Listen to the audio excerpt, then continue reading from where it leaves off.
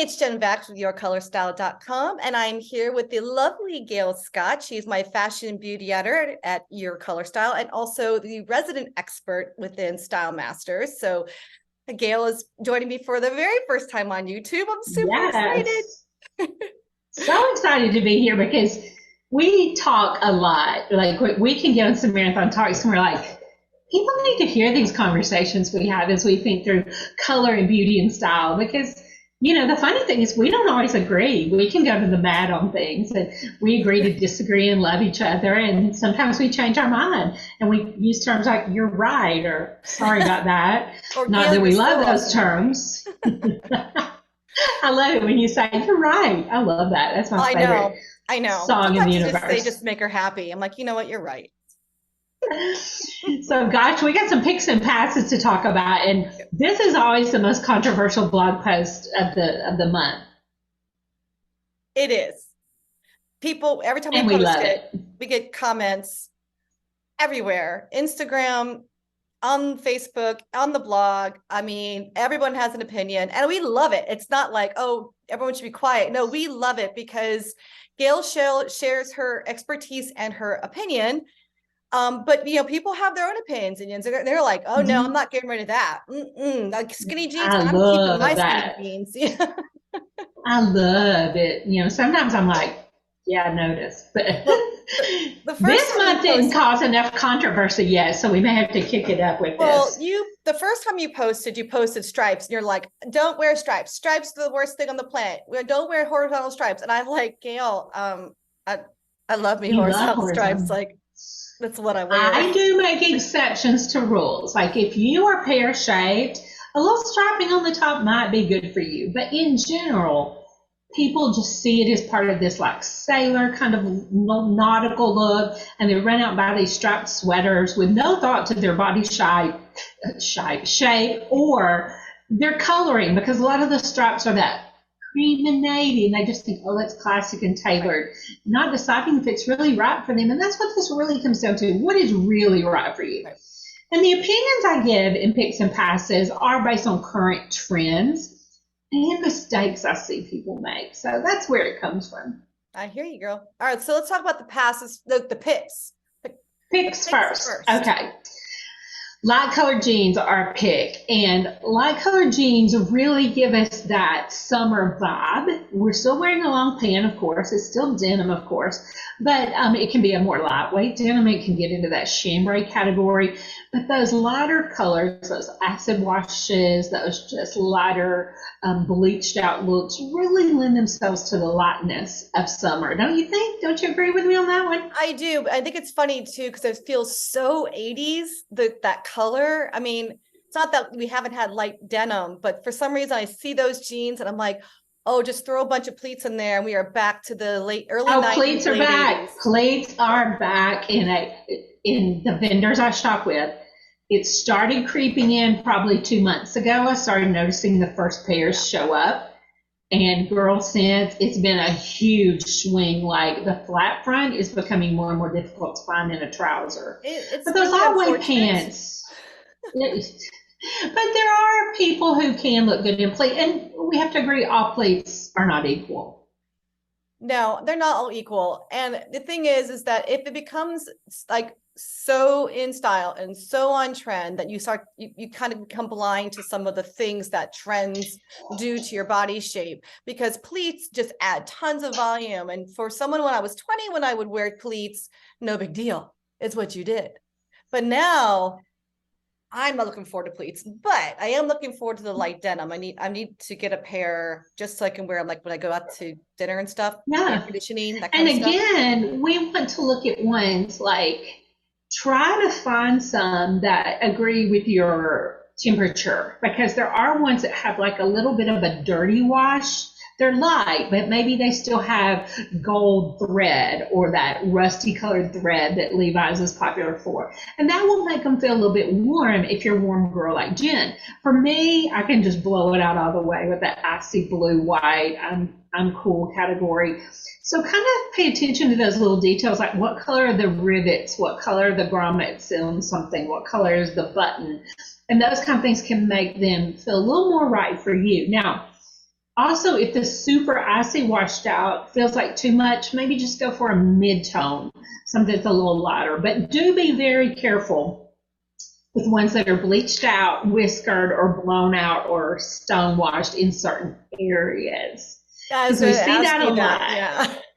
Yeah, people get that blown out across their thigh, Yeah. And and it makes your thigh look bigger. Yeah. Light's going to make it look larger than dark does. So really look at where the coloration is. I think you're best if it's one tone all over, Exactly. I you know, agree. for right now. And that's what we're seeing. Now, I do want to mention those pleats again because there are some very, what we would call like a petite pleat that we're seeing. Maybe it's just one or two and they lay very flat. Yeah. That there's no problem with that for most people. You want to look for the ones that truly gather the fabric and know that's going to add fabric fat, or if they cause the pockets to hang open, that can be a problem.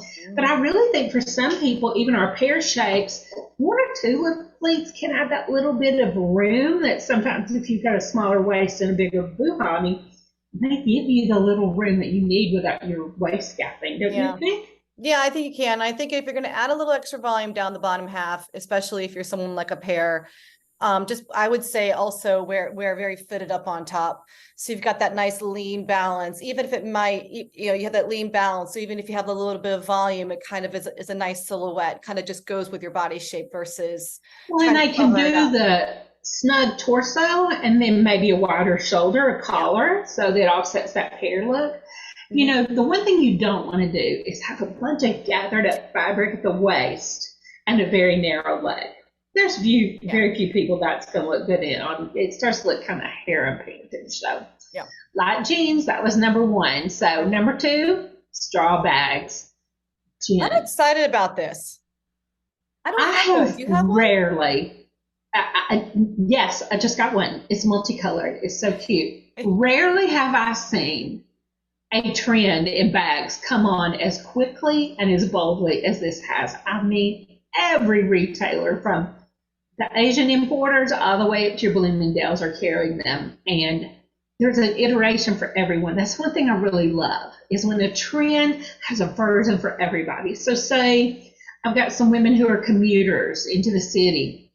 They need one that will hold up. And sometimes a straw bag is not the most hardy, if we should say, to carry heavy computers. They can find one that has a fabric kind of ribbing around it and a fabric bottom, even a leather bottom, so that it has some girth to it, but it still has that straw raffia, bamboo handles. We're seeing a lot of that. It's this whole natural vibe. Yeah, I definitely want to get a bag. I saw, Clothes. you know, I was looking back over your picks and passes. I was like, oh, that's what I want. I need a new bag in a bad way, but this is like the perfect look I was looking for spring and summer. It's so fresh and fun for summer. I don't need anything fussy or formal. You don't have to pay $1 million for it either. I mean, you can get one of these bags for $10, or you can go up and spend for a designer version. And like I said, because it's so flexible, I mean, they're in cool tones, they're in warm tones, they're in natural tones, and any element you want on it. There's embroidery, which is feeding two trends. There's, like I say, the natural elements like bamboo handles, which is very, very vogue. Tortoise shell, been seeing that popping up for you warm girls. It's just a look, and you can get them from a little crossbody all the way up to I need to carry, you know, my 3 children in this bag kind of thing. Just make sure you look at the structure if you're going to be carrying heavy things in it, and you know, of course, make sure it goes along with your clothing. And you being bright and warm, I mean, this was made for you. This is totally made for me. Exactly. It's all like warm. It's awesome. It's amazing. You're a cruiser, so I mean, I'm gonna need that too. I gotta put my. It doesn't have to go total beach. It doesn't have to go to a total. It doesn't have to look like a beach bag. Some of them are very sophisticated looking and very lovely. So I'm cruising twice this year, so I'm gonna need a superly cute bag that goes with all my cruisy clothes. You may need more than one. I know I might need more than one. All right. Well, you know, we're seeing this trend towards natural things now. I think the espadrille feeds right into that. I was going to say, this is what I'm really excited about. Like, Do you When's the remember? last time espadrilles were a thing even? I remember. So I was in high school, and do you remember the dresses? Do you remember the dresses? Did you wear these, like the long cotton dresses that had the drop waist, and you wore like a sash, and then you wore your espadrilles with it? Did you do this?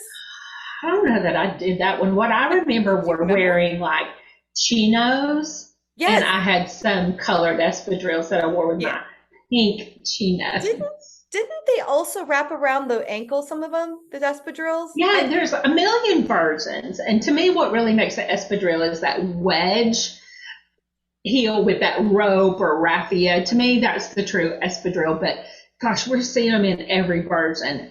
Sky high heeled, almost flat, wrap around, ankle strap, mule versions. But it's that same thing with the purses. It's that raffia and those natural elements. It's really making it fresh. And the modern takes touches of embroidery, bold colors. Some of them have the little raffia toe cap. That's been real popular. But really what looks super smart, I think, I dressed a lady last week. She had to go to something at her synagogue, a day of remembrance. So she wanted something that was kind of conservative, but she wanted to look stylish and modern. And we did like a shirt dress kind of look that was olive, kind of that military. And we did these elements not only in the shoe, but a belt, which you're seeing everywhere, rope belts even. One of my favorite people to watch get dressed every day just wears a rope. It's a twine rope. And I'm obsessed.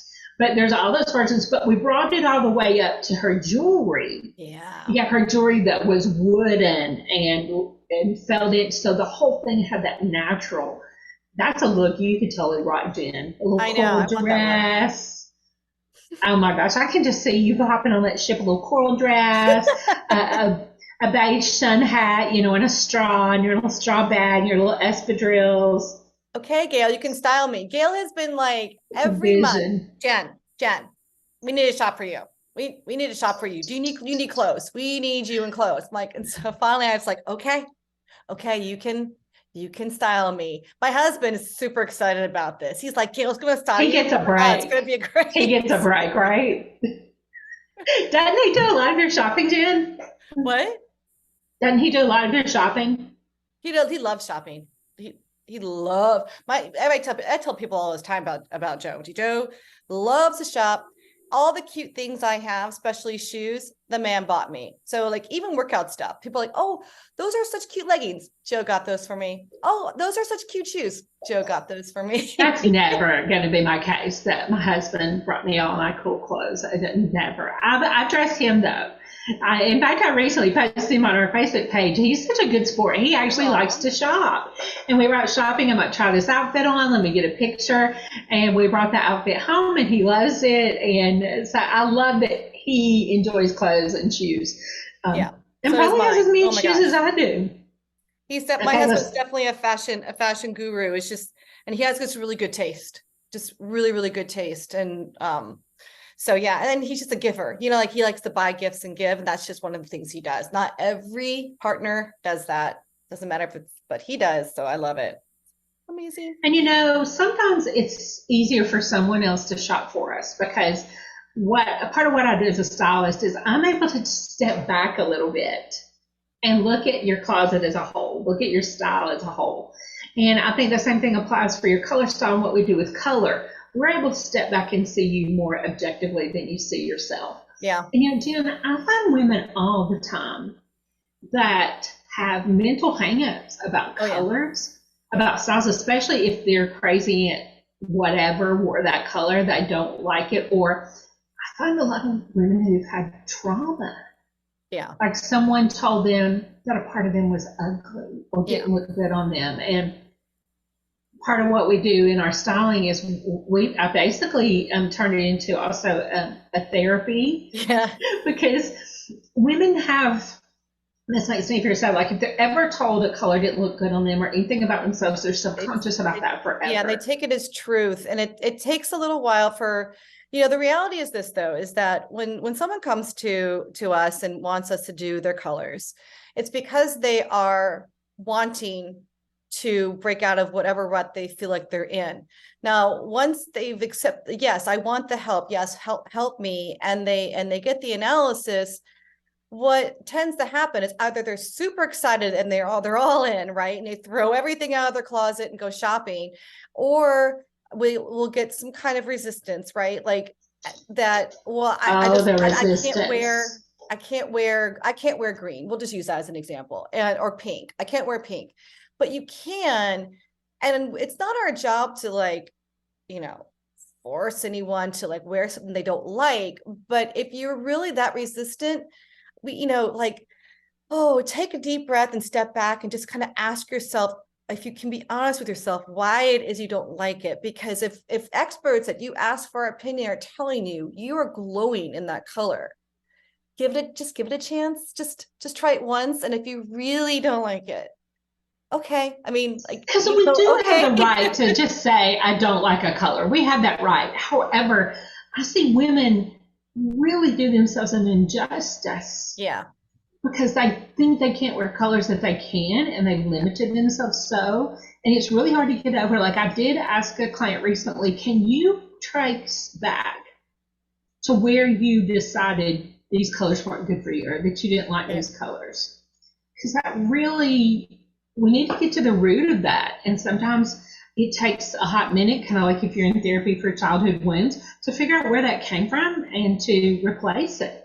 Yeah, I think too that, especially if you've gotten to a point in your life where you've been defaulting to either the same colors or beiges and blacks because you're busy, life's busy, right? Or you just, for whatever reason, have just decided that that's just easy. That's just easy. And you've gotten to this point now where you don't really wear much of any color except for those defaults. And I think change can be really uncomfortable for a lot of people. Mm-hmm. And even as something as simple as, well, let's just try this brighter blue for you. It can just, for us, it's like, why won't you try it? But for them, it means they're going to now appear differently outside to their friends and family. And it is a very uncomfortable place to be for a lot of people. Now, once they finally do it and they realize that was no big deal, and I got all these compliments, then their confidence is up and then they'll try something They're new. But that really first afraid to make a time, mistake. Isn't that what you yeah, sense? They're so afraid it's going to be yeah, wrong and that they're going to make a mistake.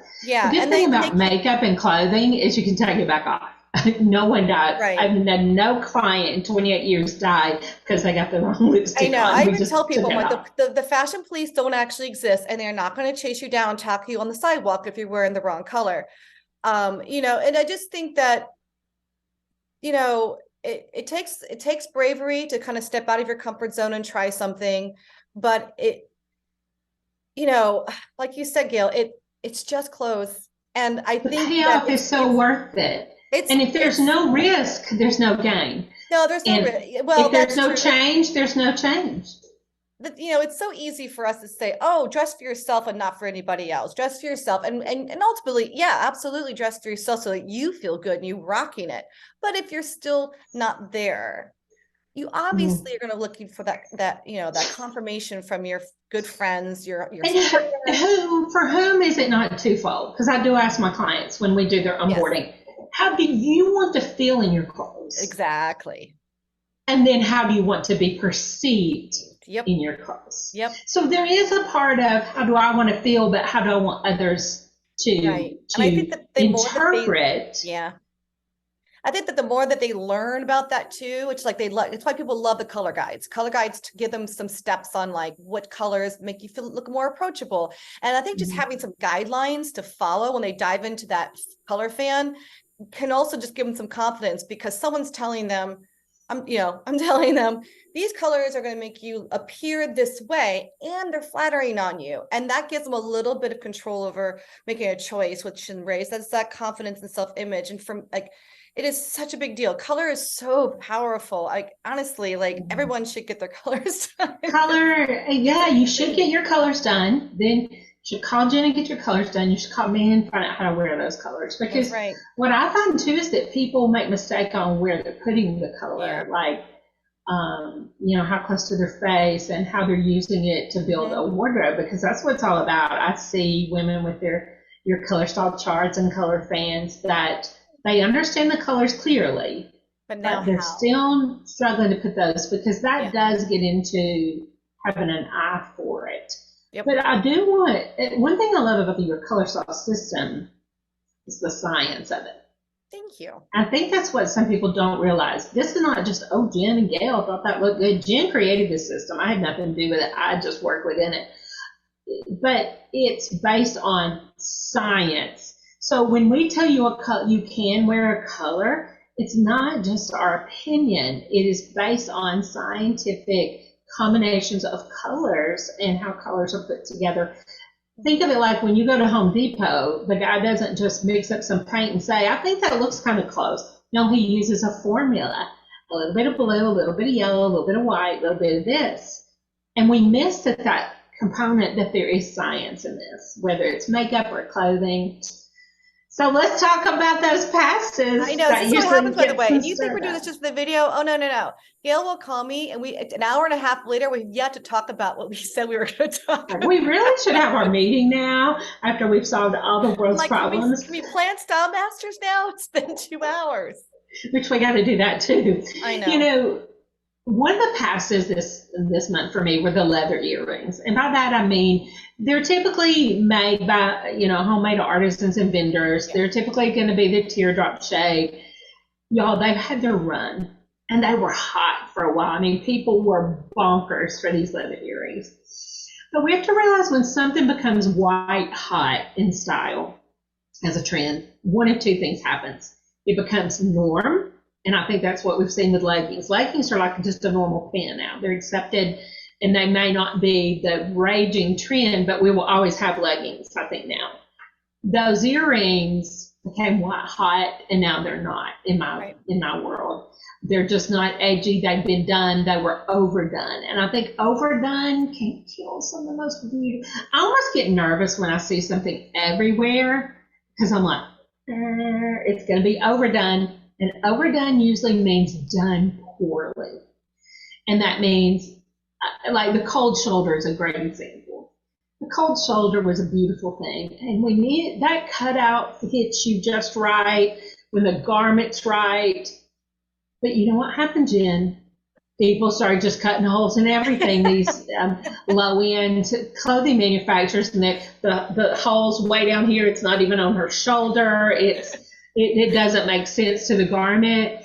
And that's what I mean when it's done poorly. No longer was it well thought out. No longer was it done with a way that made sense for the garment and the overall feel. It was just put there just because. So very quickly, cold shoulders became kind of icky because we saw so many bad versions. And that's unfortunate. But I see that happen, don't you, even with colors? They're overused or used poorly. Oh, all the time. And the thing is that in a way, and this is true just for the clothing styles too, the stores have a lot of control over this. So even if you love a trend, you're like, oh, that color, that's trending. I love it. Next season, it could be gone. Mm-hmm. And you'll never see it again. And you're like, but I loved it. And you're like, yeah, they just, so we are a little bit under the rule of the fashion designers and whatever they decide to make. So that's kind of a bummer too, especially when it comes to color, because if you love certain colors and you don't see them in the store for the whole season, man, that can be a real bummer because you're like, oh, it's so frustrating. I myself was looking for a piece for myself, and I'm famous for getting a piece in my mind and it doesn't exist. I mean, some things just don't exist in this moment because retailers, if we're talking about anything other than couture, we're talking about money, and we're talking about their ability to move a high number of pieces. And that's why when you go into a store, you're going to see those basic colors usually. And it's frustrating for people like me who like to wear the colors that aren't so basic, or those people that have just that beautiful, unique coloration. They can wear some of those crazy colors that other people can't wear. They become difficult to find. Yeah. And when you find them, you better grab them. And we digress once again. I know we do, but I should say that, but I would agree. If you see something you absolutely love, grab it if you can. Not because, oh no, it might be out, but because you probably won't get that piece again. Can't tell you how many times I think about like, oh, I just gotten it. Why did I get it? Because it's gone now and I'm not going to get it again, whatever it was. Right. And so I think the same thing is true for, you really need a strategy when it comes to your color palettes for your wardrobe. If you have a good strategy with a good foundation, we talk about this as Style Masters all the time about how to start and get that basics foundation in place, then it's not so heartbreaking when you can't get certain colors because you've been building it steadily across the year and you'll have those pieces. And so there's a strategy there. It's not just, I love this color, I'm going to go find it. Well, you can do that too, obviously, but having a strategy in place can really make a little bit more sanity to your And world. knowing when you need to change the strategy. I had a client who really wanted to lean towards like those bottle greens for spring. I wasn't sure it was going to be her best colors, but it really didn't matter because quickly out the gate, there just wasn't much out there. Not to build a whole summer's wardrobe around it. It was hit or miss. And she likes her clothing very cohesive. But because we had data, we had facts, we had a plan, I was able to go back to her and say, this is not in the marketplace right now.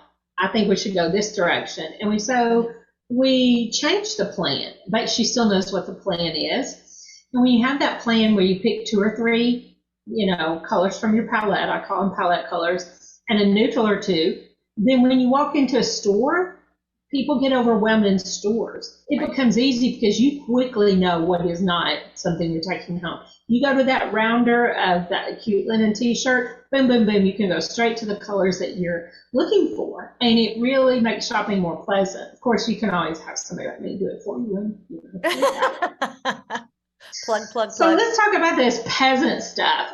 Okay. Jen? I have an opinion, but I'll wait.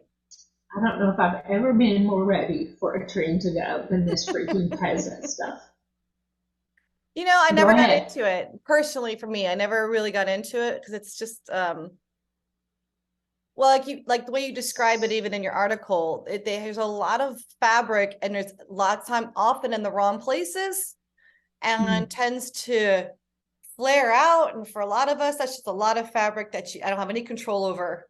And well, let's talk about the iterations, because here's the cool thing. There are some pieces we can take from this trend that are workable, like tie necks, some of the little details. Now, you're never going to turn me into a girl that loves a ditzy floral. I know those are great for some people. Gail Scott, it would be a joke if y'all tried to bury me in that. That's how I feel about the ditzy florals. But a lot of times they have this, like, I think you call it a placket across the top, then a ridge of a ruffle. Yeah. Right. And then it's gathered. And if you've got boobs, when that gathering slopes off the girls, it just creates a moo-moo down below. Like you could put your children under it for a sun shelter. That's kind of, it just doesn't. So when we look at it, if we can make sure we're not getting those gathers of fabric in the wrong places, maybe the plaquette's on the shoulder instead and just has a tiny little gather here, or the empire waist too, right? Some of them have the seam below the boobs, and so it's not as fluffy here as it is when it comes underneath and down, right? Jen, you're making a good point too. I'm going to talk about that empire waist because everybody says plus size girls like me should go get some empire waist. Well, guess what? I carry some weight right under my boobs. So when you put the empire waist on me, it goes over that, I look pregnant. Okay. Not the look a menopausal woman's going for, is to look pregnant. Now, if your weight is all lower, then that can be great because it's going to skim right there. Yeah. But mine goes. Good point. But let's talk about, the dresses also are often tiered. And anytime you say the word tiered, that means a layer of fabric, then another layer that's bigger, and another layer that's bigger. It involves some gathers. So you just think compounding fabric. Yeah. I'm getting bigger as I go down. Now, there's some people, if you're very, very thin, knock yourself out. It doesn't matter.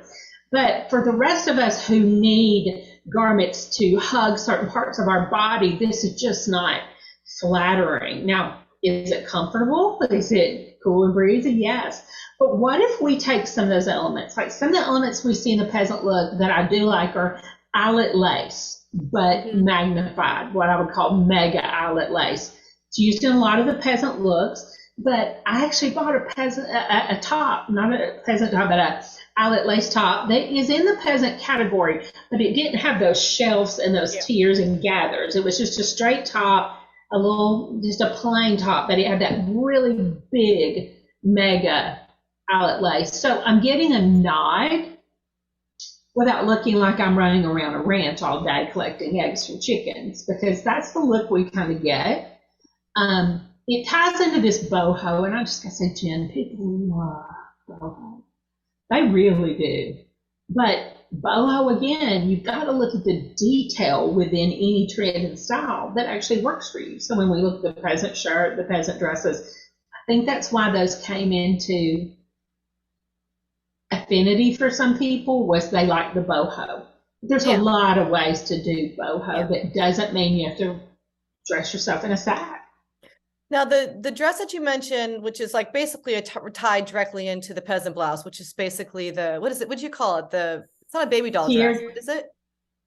I just called it a short peasant dress. Okay. They're often I've seen tiered. them, like you call them, but they tend to be short and a bit youthful. And I'm the last person to say, oh, a person of mature age shouldn't wear shouldn't wear something, because I think anybody can wear anything they want.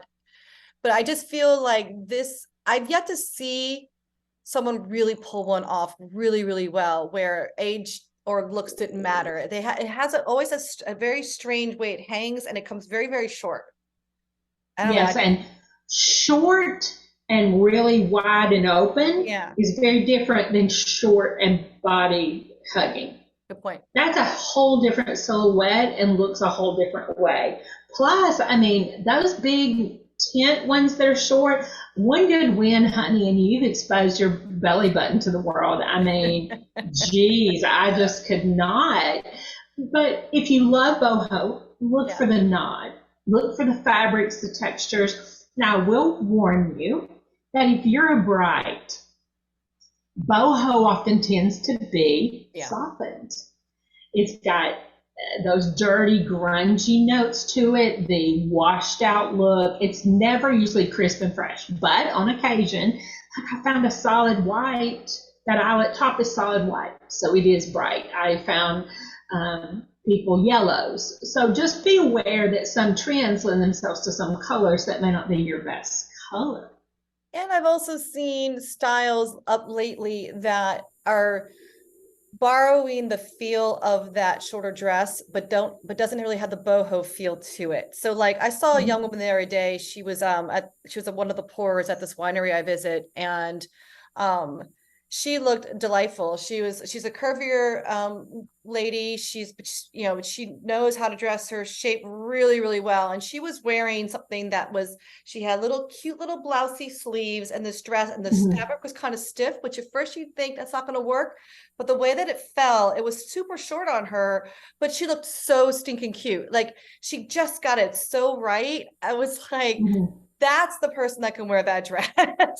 And you can do that. Like if you can't tolerate the fabric in the middle, get it. That's such a good point. Get it in the sleeves. Get a blousey sleeve and a body hugging. Yeah, it just kind of goes straight. It was just so cute on her. I was like, there's also some for the girls that can wear the on waist that tie right here, right under the breast, right there where you give someone a Heimlich.